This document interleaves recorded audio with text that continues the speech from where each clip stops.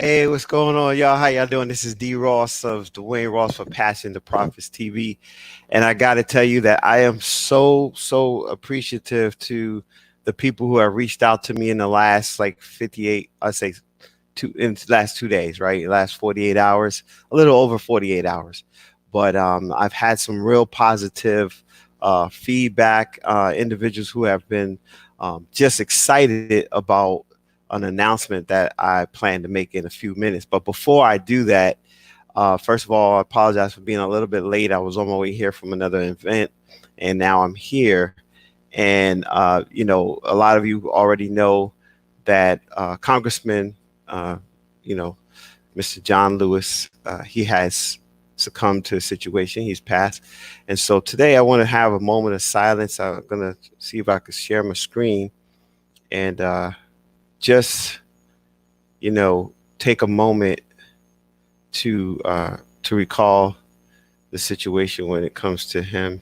He walked with Dr. King, and he did a lot, right? He did a lot, and so hopefully you can see what I see. Let's see. I think you can see this, right? So you should be able to see my screen. If not, let me make sure, because sometimes it's very difficult inside StreamYard to see that. So let me see if we can do this here. And of course, I have to let go of that and bring you to this particular presentation. So let me go ahead and show that.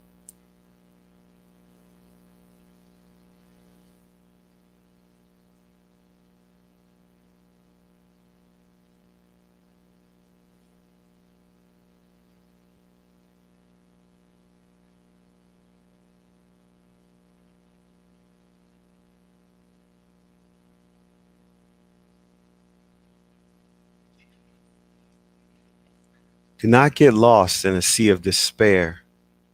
Be hopeful. Be optimistic. Our struggle is not the struggle of a day, a week, a month, or a year. It is the struggle of a lifetime.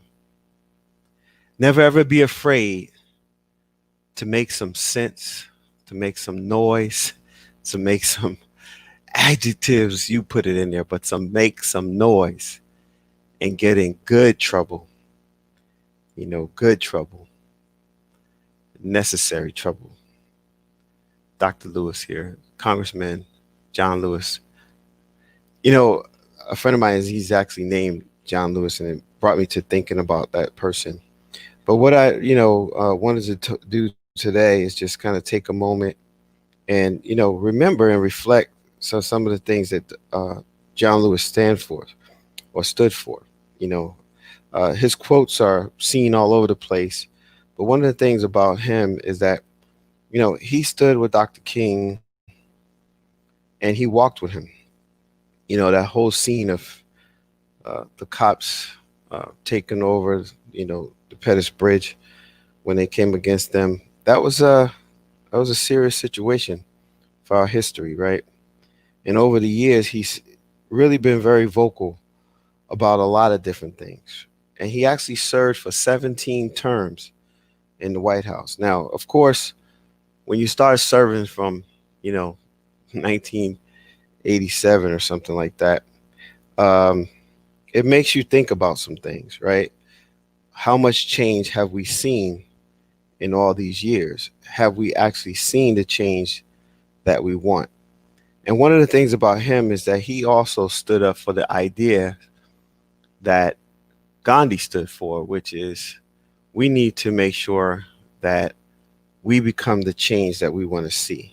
It's easy for us to sit in the background sometime and not think about the ways that people leave a legacy when people stand up for something that everybody else gets to enjoy the fruits of. He stood up for a lot of things. He said, never ever be afraid to make some noise and get in good trouble. Good trouble is a very interesting word, choice of words, because there are times where you can get in trouble and it really doesn't matter. But there are other times where it's necessary trouble. It's trouble because you need to be the one that maybe troubles the water. You need to be the one that maybe makes a ruckus. You need to be the one that maybe, stands up for something, uh, and make noise. So I hope that you guys would take some time today and just kind of really think about what his legacy is to America. You know, there's so many people who stood on the backs of civil rights. They marched in the civil rights movement, and today, you know, they're making their way to the other side. They're transitioning, and they're leaving it to the next generation. They're leaving it to the younger generation. I was listening to a interview uh, by Rock Newman, and in that interview, there was conversation about, what is the legacy of Dr. King?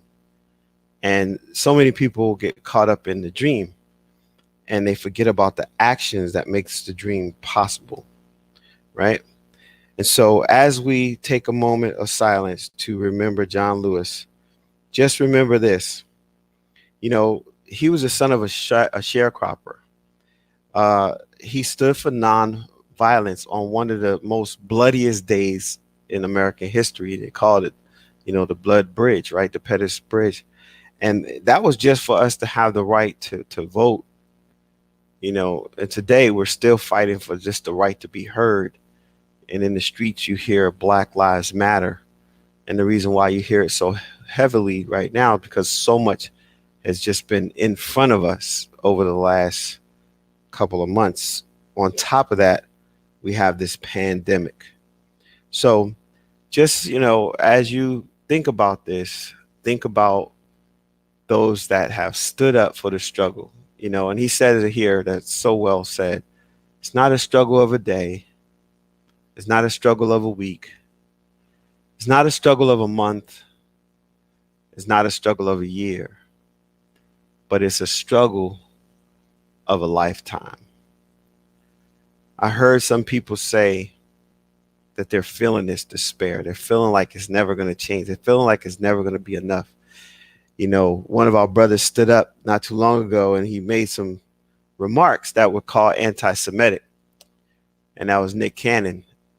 And many of us reached out to him to support him and say, hey, you shouldn't have to apologize for something that you feel and by the historical documentation is not true.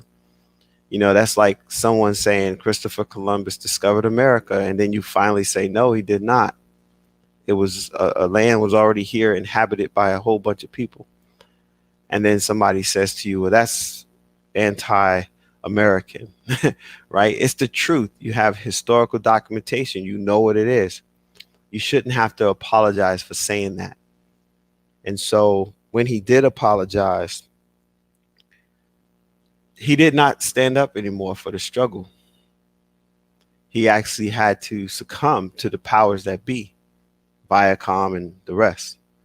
And we all know that there's a huge, hand behind the hands that, guide a lot of stuff that happens in this nation. And, we also know that people like John Lewis felt the wrath of those hands in many ways, right? Stood face to face with the evil that reigns sometimes here in these lands. And so now people have kind of retreated away from Nick Cannon and basically are not supporting him like they did because they feel that he didn't stand up for what was right. And in this time, that's what we call getting in good trouble, where someone will say something, stand on it, and know that if it's the truth, you should not have to go back on your word. You should not have to cow down. You should not have to say, oh, I'm sorry, I should have never said that. Because the reality is, if it's true and it's real and you can prove it and you have the documentation, stand on it. That's good trouble. And in our day and time, necessary trouble Like Colin Kaepernick, necessary trouble, good trouble. He wasn't burning any buildings. He wasn't setting off anything. He set off a movement. He had people thinking about it, but that's about it. That was necessary trouble. That was good trouble. Just like when Rosa Parks decided to sit and not move. She was willing for them to remove her or put her in jail for the principle. That's good trouble. Necessary trouble. That's standing up in the struggle, right? We have a march coming up, and it's really, really important that, you guys think about this because, again, people like Mr. Lewis here, he, he stood up for that kind of stuff, right? And, there's this march August 27th, and there's going to be people standing up for that as well. If you want to participate, you can reach out to me. I actually have the link where you can volunteer. We're still looking for as many volunteers as we can, right? But there's a plan to do this, and to make sure that we march in the right way, right? We do good things, but it's in good trouble. That we're not breaking up stuff in DC or what have you, but what we are doing is we're disrupting in a good, positive manner. And we're standing up also for our constitutional right to not agree with what's coming out of the White House. And so I want to encourage you guys to look into participating on in the March on Washington. It's called, get your knee off our necks. And that's a very key comment, right? Now, in that also is what John Lewis stood for. Do not get lost in the sea of despair. Do not get lost in thinking that we can't get ahead. Do not get lost in thinking that it's never going to work. It's never going to, they're just never going to come along with this. The world is a different place than it was 40 years ago, although some of the tactics and systems are still in place, and it's time to dismantle them. When we march coming up in August, we're going to be talking about a lot of different things. One of them is economics. See, and that's one of the areas, that's the biggest stronghold that we have, because we represent trillions and trillions of dollars in this United States of America's economy. And, it was 5 years ago that that Louis Farrakhan came to march on Washington. And when he spoke 5 years ago, he talked about blacking out for Christmas, blacking out for the holidays, really paying attention to why are you celebrating this holiday in the first place? And how are you celebrating? Why is it called Black Friday in the first place? That's because, we get them from being in the red to being in the black, because we're the highest consumers of almost every product that comes into the place. So good trouble is not participating financially. Good trouble is pulling your dollars back and keeping them in your community for a couple of circulations before you spend it outside your area. Good trouble is sitting down with your loved ones and saying, okay, we're not celebrating in the way that they want us to celebrate. We're going to celebrate differently.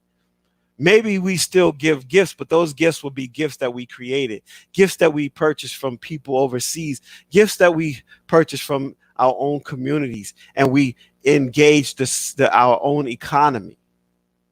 This is good trouble, right? Because a struggle for a lifetime requires you to see everything else that's around you and the systems that are in place to continue to put their foot on your neck. When we talk about this idea of marching, it's in solidarity. It's us coming together, all races, all colors, all nationalities, all people. And we're trying to get to the point that we're stopping all of this division to be just one nation as we said we were. You know, we say one nation under God, indivisible, but we're so divided. So it's time for us to get in trouble, not to be afraid to make some noise, some actual, real, qualified noise, right? So we want you to be at the Lincoln Memorial at 7 a.m. 7 a.m. at the Lincoln Memorial to begin this march. All right. There's going to be a number of programs and a number of different things going on. But, you know, we want you to be ready. Right. We want you to step in, even go to some of the pre-march events, because there'll be some pre-march events. OK, so if you're interested in that, we want you to reach out, you know, put a message on my page or whatever. We can send you some information. Remember, the Time Is Now movement. This is part of the Time Is Now movement. We are moving together as one nation, all generations, all sizes, all ages, all colors, everybody coming together, because, see, we are not free as a country when we still have people living on reservations. We're not going to be free if we continue to allow ourselves to stand by and watch the tragedies happen in front of us and not hold anyone accountable. You know, I was listening to an interview where LL Cool J and Ice-T, the two of them, you know, rappers who are conscious, who, you know, have really done well for themselves. And they were talking about this idea of, do we as Black people want retaliation? And that was eloquently stated not too long ago by a young lady who said, no, we don't want retaliation. You know, what we really want is just access. We want equal access, equal opportunity that has not come yet. You know, right now we're really talking about systemic racism. We're talking about Black Lives Matter. We're talking about standing on the facts that these people like John Lewis stood on. The idea of equality in voting. And we already know we're about to have one of the largest elections, right? And we already can see the positioning that's happening. We can already see the negativity that's happening. Some of you already are participating in some of the miseducation of who to vote for and why to vote. And I'm not going to vote, and I better not vote. You better not vote. I'm not voting because of this and this and this and that. And hey, you know, we voted for Hillary and look what happened, right? You got to know how this whole thing works and be aware so that you can be involved to make some noise and get in some good trouble. So when he talks about this thing, think about being there to participate, you know, being there so your voice can be heard, being there so that at least people see the solidarity that you're coming together to come against the ills of this nation. You know, I was talking to someone, we said, yeah, you know, we had Reconstruction, we had Jim Crow, we had civil rights movement. I say, yeah, but today what we need is restoration, right? We need restorative justice in a lot of places. We need people to have hope again. We need people to believe.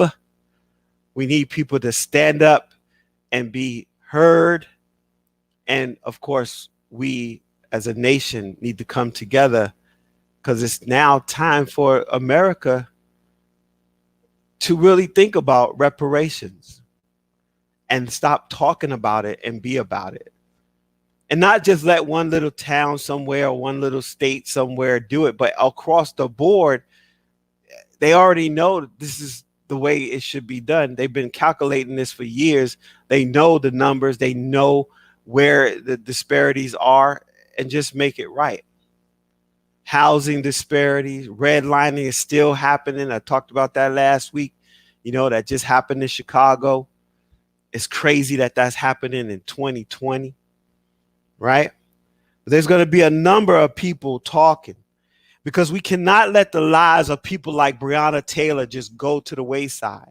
We cannot let everything be so excited about George Floyd that we forget Tamir Rice, and we forget Laquan McDaniel, and we forget Philea Castile, and we forget all these other people, Eric Gardner. We forget these people because we have to say their names and keep their names out there, and we definitely need to make noise. And I love this quote because he says, never, ever be afraid. And I heard something about the fear of man. You know, there's this idea that we are born with a fear. We only have two fears: loud noise, and then we're given a sensory fear to be aware and alert in case we have to fly it. That's it. Everything else is learned. And so in this situation, we need to stand up together, holding hands, walking in unity, having one mind, one objective, unity. You know, see, this is the big thing that I think is really coming to forefront. Is the idea that we can actually unite financially. Because see, maybe it's not just black people blacking out on such and such day, but it's all people who stand for justice, all people who want to see equality, all people from all people groups who want to see a change in this American landscape. And we can't just go back to, you know, everything as usual. You know, buying everything. Okay, we held back our money for 3 days and then we buy everything up on the fourth day. That makes no sense, ladies and gentlemen. So we cannot get lost in the sea of despair. Despair is giving up hope. Despair is not believing anymore. Despair is holding on only to the fact that it's going to be what it's going to be. And, you know, some people said it is what it is. That is not true. And when you hold on to that mindset, that means you can't change it. But there is an opportunity for change. You know, we had a black president in the White House, and what actually changed? A few things, but not all things. Why? Because there had to be a united front, and there wasn't. One of the most difficult things that a man would have to do is stand up and be called the savior of the black people. No way he can do that. All right. And people wanted him to do all this stuff. And it's like, man, just pay attention to what the legislative process is. It's never was that. He just happened to be a black man that was in the White House. But he wasn't a black man for the black people in the White House. That's not how it worked. But he did make some inroads, because one thing that he showed us is he could be eloquent. His family was together, and he stood in a way that involved all people groups. And yes, there were a lot of things that he did for all other groups except black people groups. And why did he do that? Because again, systems are in place, and he wasn't there to save the black race. We have to forget that. All right. Never, ever be afraid to make some noise. Let's go back. Our struggle is not the struggle of a day. We cannot march in the street on Monday and then go chill on Saturday, on Friday, or the next day. We need to keep the pedal to the metal. This has to be something that we continually do to move our entire world forward. All right. And so as we take the time to embody the words that this amazing man stood on, this amazing young man, because at the time he was a young man standing in the eyes of oppression, walking next to Dr. King. All right. So I want you to pay attention to this, be aware. And for right now, I just want to quote it one more time. Do not get lost in a sea of despair. Do not get lost in a sea of despair. Do not get lost in a sea of despair. You cannot give up. Never, ever, ever, ever, never, ever, ever, ever, ever, never, ever give up. Be hopeful. That requires your faith. That requires a belief. That requires a mindset. That requires a decision and a choice. To be hopeful, it is a choice. You wake up, you decide, I'm hopeful. I'm not going to let myself be hopeless. And then be optimistic. What's the best thing that can happen? What's the opportunity right here?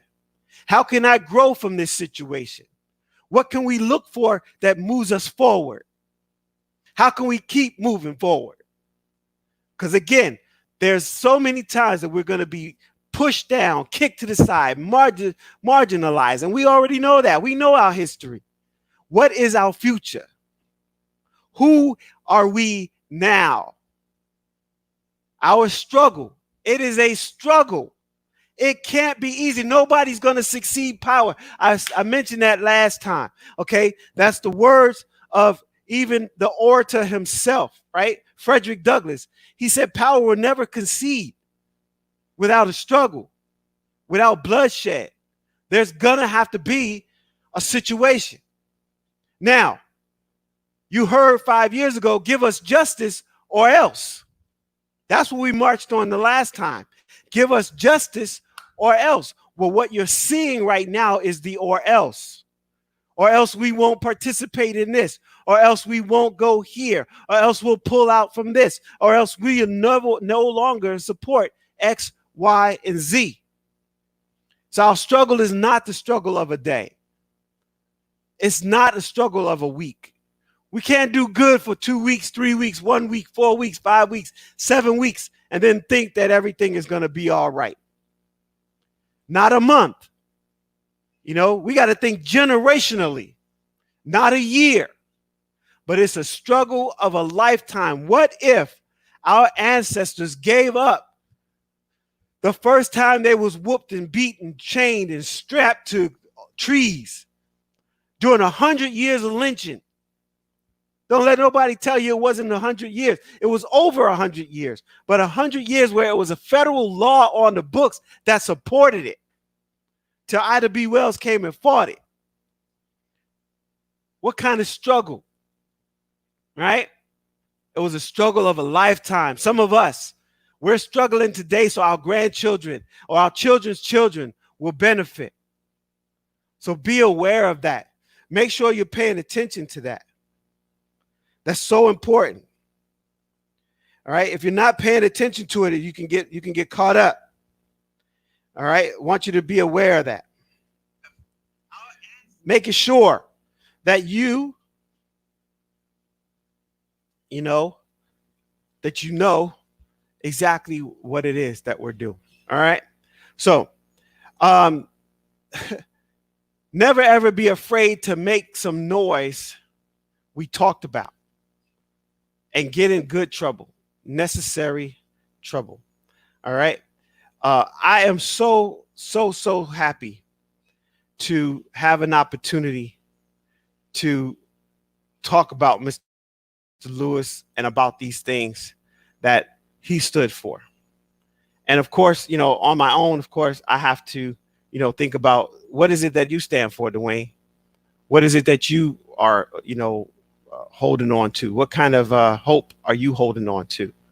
And so it's really important. It's really important to hold on to hope. It's really important to not give in to, the despair.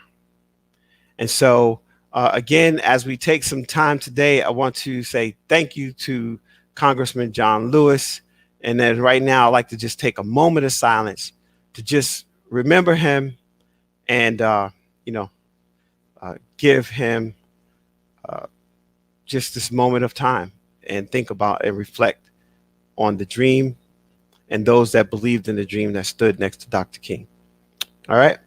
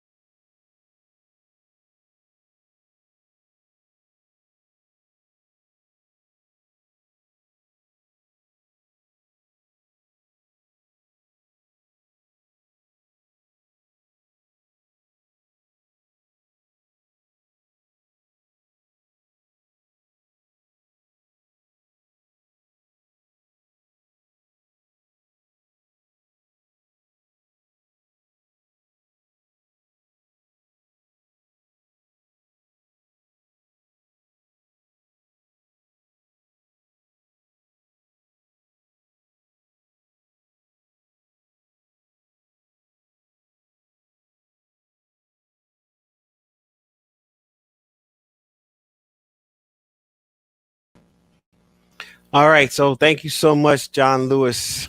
And your words will be taken into heart and we will definitely actualize them.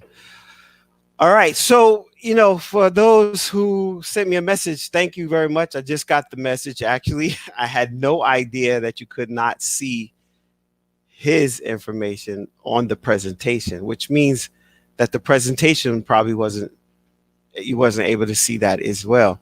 So I will upload some of that information and some of those pictures after the fact. And I apologize, but in some I couldn't tell from here, and I don't have a technician behind the scenes that could have helped me preempt that. But I do apologize. But hey, at the same time, I hope that you heard the information, the words, right?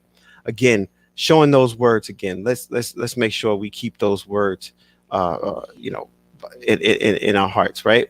Because those words matter. And so, let me move myself out.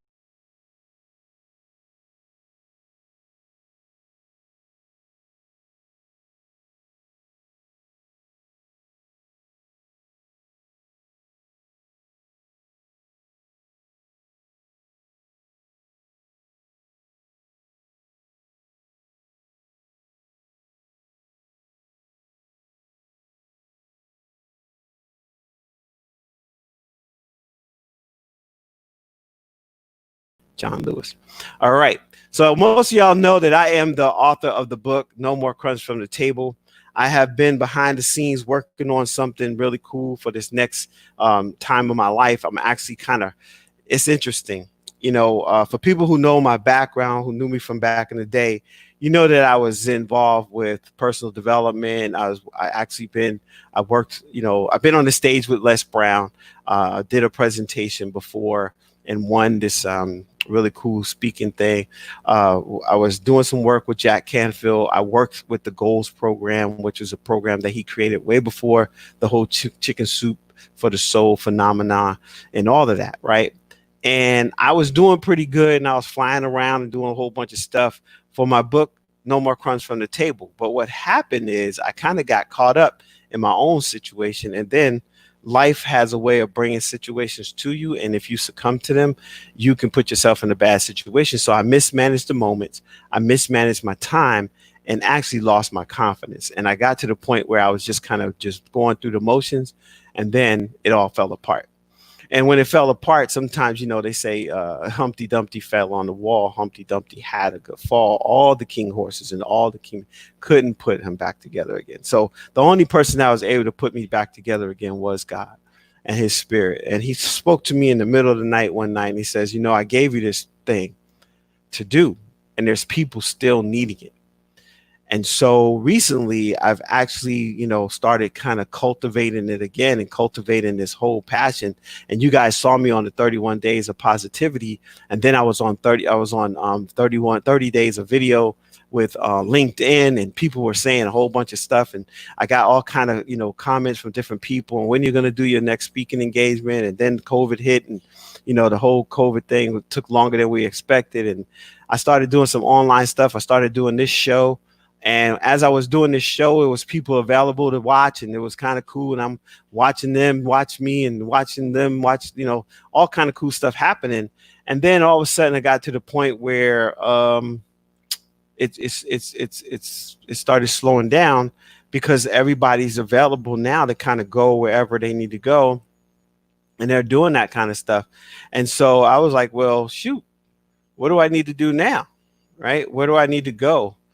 And so I started, asking people, hey, what do you think that the best slot is for me to do the show where I can have the best viewership? And some people said Thursday night, some people said Tuesday night, some people said Monday night.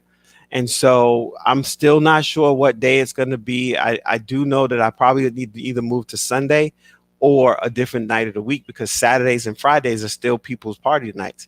That's the time when they get to going and doing different things. And then at 7 o'clock, they also run into a situation where they're, out and about, and they're trying to rush back, or they're trying to listen to while they're doing something else. And so, my goal is to not just have me talk, but to bring people to you.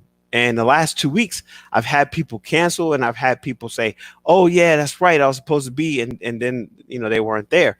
And so because of that, I had to really rethink and say, okay, first of all, I really need to have like 5 people maybe set up to come, and then tell them that, hey, I already got 2 or whatever. I'm not sure, because I really at first started having 2 people, and it wasn't enough time. So I went to the one person interview format. And these people are people who have a passion for whatever it is that they do. And then they come on the show and they talk about their passion. And then they talk about how they made profits. And what I explained to you guys is in my Facebook group. And what we're about to do is we're going to have a summit. It's going to be a financial summit where I'm bringing back Mr. Keith Tucker and some other people. And we're really going to talk about strategies that people are doing.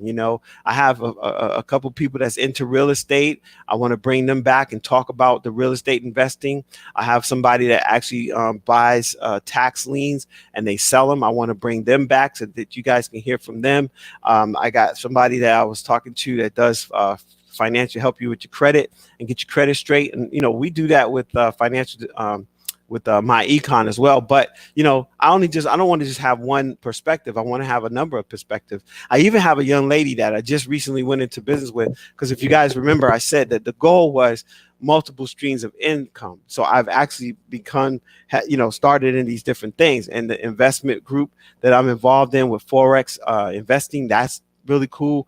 I'm learning so much about the foreign exchange market and how money works in other foreign currency and how that goes. If you're interested in foreign currency, remember I had the young man, 19 years old, currently making over he was making $5,000 a month. He is almost making $20,000 a month right now with the foreign exchange market and the company that he's connected with, iMarkets Live. So that's something that you guys can participate if you're interested in that. The other thing is, my economy, your own economy. So being involved with these different things so you can create multiple streams of income. So I'm bringing Keith back and these different people because, again, this is the time. This is that cottage industry situation where you can actually do a lot with what you already have on the inside of you. Maybe it's a t-shirt company. You might want to design t-shirts. My son, Joseph, he's into that. He's doing a whole bunch of stuff with his, he has an actual, what do they call it? A brand. And just yesterday, we were talking about a young 14-year-old who is really killing the game when it comes to his t-shirt game. And he's got, he just bought his mom a house at 14. That reminds me of back in the day when I had the pleasure of working with Farrah Gray, right? Farrah Gray, you guys remember him, Millionaire. He was at Howard, he was at Hampton University. And that's when I was selling cars and they needed a car for the Deltas, and I was the one that was able to give them a red convertible so they can, go through the parade. And then we found out, oh, we have a guest speaker tonight. His name is Farrah Gray. He was 19 years old and he was a millionaire at 15. He sold his product to Walmart at 15 years old. That was awesome. Now he's the #1 real estate person in the whole Nevada state of Nevada, #1 realtor there. I mean, amazing stuff that this guy has done, right? And so people like that are who I was connected to at one time. And then I kind of went away because I didn't see my own financial success the way that I thought I would see it. Well, recently I had to come to grips with this idea that I saw in a movie called Bruce Almighty, for all movies, if you ever seen it. There is a situation where here's this reporter, right? The plot is, this reporter who wanted more from life. And, he's doing the mundane stuff and he's thinking it's mundane, right? He's in the small town doing small time things and he thinks he should be bigger than that. But then he gets an opportunity to do all of that. And he finds out that it wasn't all what it's cracked up to be. And he really, really just wanted his life back, his simple life back. Well, for me, it was the fact that I've been on the stage with Jack Canfield. I've been on the stage with Les Brown. I've been traveling all over the United States, having them put me in hotels and all this kind of stuff. And I had some money where, at one point in time, I did have a couple of checks coming in the mail, one in my pocket and one I just put in the bank. It was kind of cool, but it didn't last long. And then it disappeared.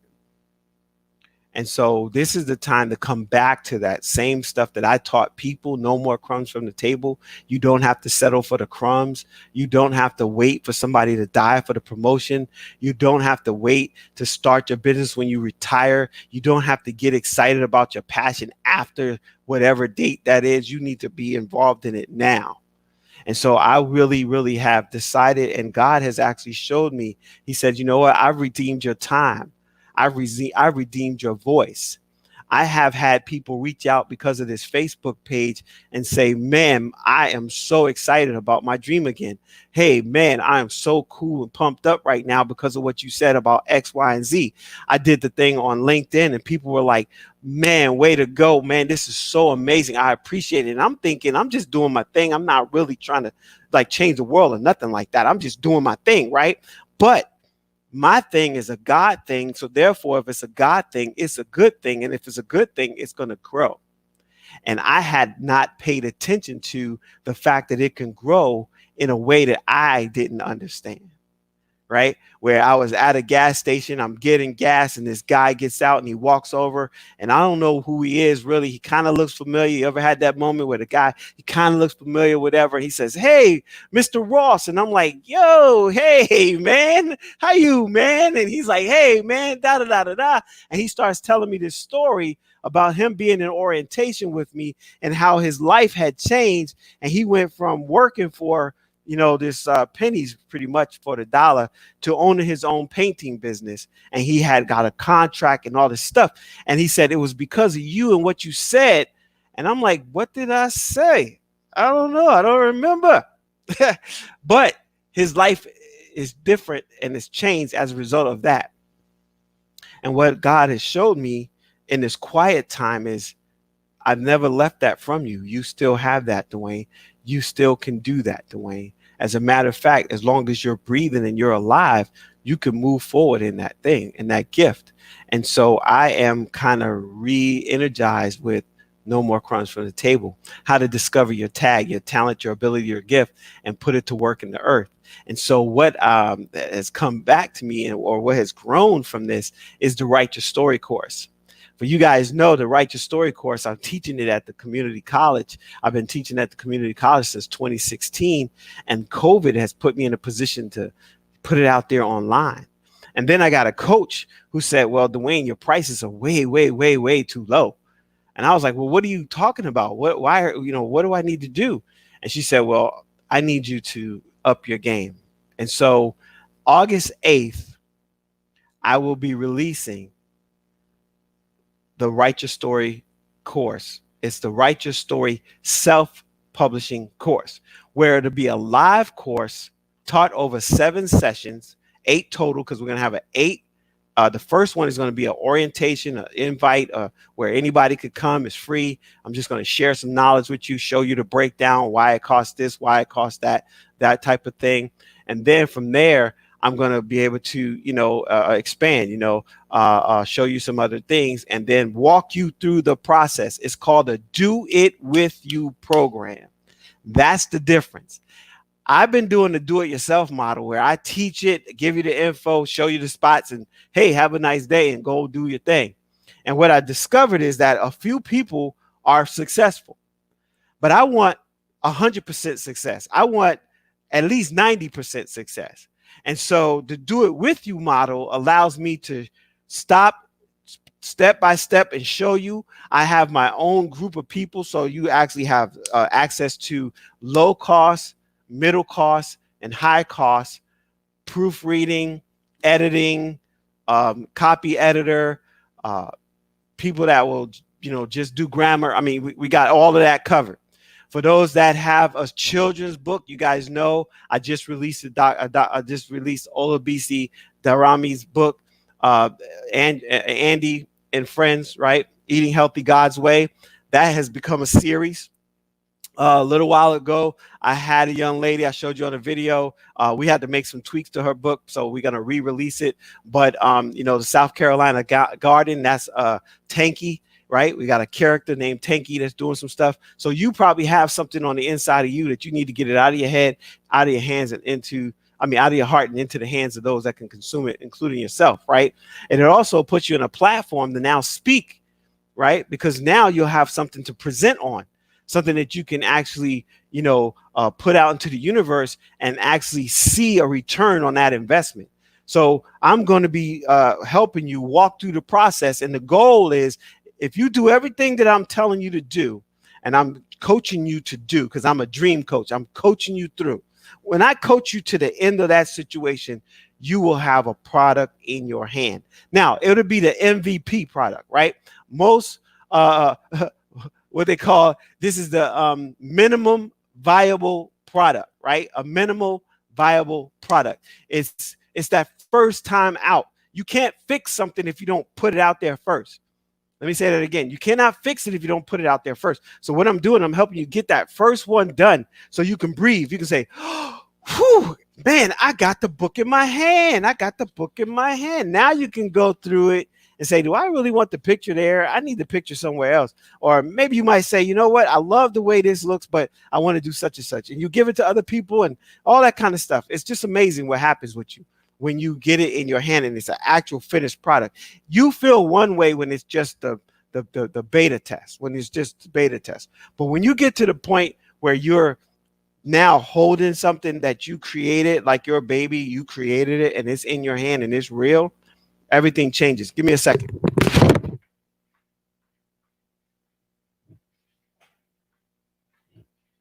I had to move real quick.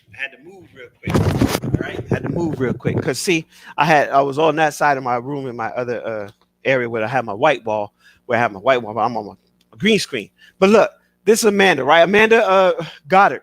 She finished this book. She came to my class. She finished this book, and it's a children's book. And it's about Hanana's boo-boo, right? Look at these characters, right? She created characters. Why? She was talking to her son about a lung transplant that her mom had. Now, why is Nana walking around with this tank? What's going on? And so she was about to go into this sci-fi novel. And in my class, I asked her a couple different questions. And the reality was, why don't you do a children's book? And now it's this particular thing. Another young lady came to the class, and I say young ladies because most of the people that come are women, and there has been some men, but I would say 80% are women. Well, here's the book, right? Woman in the Wall. Look at that. That is a nice cover, right? She goes by the name Roxanne Ridge, but that's not her real name, right? Asha Fields. You can see that, right? She came to the class. She was stuck. Most of you are probably stuck. So going through the class is going to help you get unstuck and get you to the finish line. And that's what she was able to finish. And because of that, I was able to tell other people. And then this person showed up. Double Shot of Redemption. What's her name? You guys saw me post on her just a little while ago. She's the beautiful and smart yet talented young lady who's about to get married in a couple of days. Miss Amanda Danello, right? She actually now has been featured on a friend of mine's podcast, which is Faith on Fire, Rob Dawson. So, it's amazing. She was featured in the local newspaper because she overcame addiction. What story do you need to tell? And why are you waiting? What's holding you back? Let me help you with the Write Your Story course. It's the Write Your Story self-publishing course. It's going to be available to you. And I want you to do your research. Go out there and search and see how much it costs to get somebody to help you do your book. And even companies that say we'll do it for you, they start at a certain amount. And when they start at a certain amount, they leave out some details. They'll say, okay, yeah, we'll start you at $6,000. But they don't tell you that, oh, that did not include the proofreading. That did not include the form editing. That did not include the formatting inside the book and the dust cover and your and so there's all these different things that you're like, what? So I put all that together and I put it in a process that's less than $3,000. That's less than $3,000 right now with me live. Now, it's going to go up. I guarantee you that, because even yesterday, having a conversation, realizing that in some cases, if your book is not this side. This right here is probably, what was this, 119, 120 pages. My book, No More Crumbs from the Table, this one right here was 168 pages. Sounds pretty good. But when you get into a book like this, where you have 277 pages, you're talking about $1,700 just for the editing. Just the editing. That's not including the book cover design and all the other stuff. So the prices have to go up because there's other costs associated, but you'll be so ready. And then the idea of being able to promote and market, I got a situation for you guys that you actually get a 3-page website designed for you as an author. I'm trying to tell you, it is chock full of information. I will be sending out some information for you. I'll be posting that information as well. I invite you to participate in the Write Your Story self-publishing course. It's coming out August 8th. That's the current date. Start date might change, but right now that is the date, August 8th. That's a Saturday. And then it's going to be 7 sessions, a Tuesday, Thursday, Tuesday, Thursday, Tuesday kind of situation, Thursday, Tuesday. And once that is done, I will evaluate it. We'll have a focus group and you will see them on this show. That's right, because I'm inviting them, every author that I've had or helped, or authors that maybe I haven't helped, like Carlotta Taylor. You guys saw her. She's amazing, right? She's on fire with her business right now, NutriBurst, and I forget the name of the company, what it is, but I know that NutriBurst is part of it. But she wrote No More Flinching, right? She wrote No More Flinching, where, she was a survivor of parental abuse, right? And then went into foster care, over 20 something foster care homes. You would not know it looking at her, just like Amanda. They don't look like what they've been through. What about you? What story do you need to tell? Who has said to you, you need to write a book about that? Who has said to you, oh my gosh, that story, man, you gotta do something with that. Maybe you're an artist and you do spoken word. You need your poetry to speak to others. Maybe you're an artist and you have a bunch of artwork. Well, what about having it turned into digital photography pictures of your artwork and make it into maybe a coffee table book, right? I mean, there are all kind of things. Or maybe you could be like Olabisi Darami, who had a complex situation that she wanted to make easy for kids to understand when they found out that they were obese or they were on the borderline of diabetes and they didn't know how to eat. And she was telling their parents, but she said, I want to teach both the parent and the child. And I want to teach the child in such a way that he can go home or go to school and tell his friends. And that's how Andy and Friends was born. All right. So thank you very much for riding with me today. Thank you for those that sent me the message. Do apologize. I wasn't able to get that message because I was so focused on this. And again, today, marks that time where we just want to say so long to one of the great men who walked in this nation along or beside some of the greatest men ever, and one of the greatest men ever, which was Dr. King. And I want to invite you again, if you come to the march. It's happening. If you want more information, just put it in the comment, like, share, subscribe, comment, whatever it is. I see some hearts. I see some fingers, some thumbs up. I appreciate y'all. I appreciate you. And just remember, life, it comes at us real fast, y'all, right? Time waits for no one. I think that was a Michael Jackson song. But it's in the choices that we make. And if we can just choose better, we can do better, right? And in some cases, some stuff, we just need to embrace it and move together as one. All right. Y'all have a great one. I'm going to put him back up. Oh, just want to remind you this here, Write Your Story piece.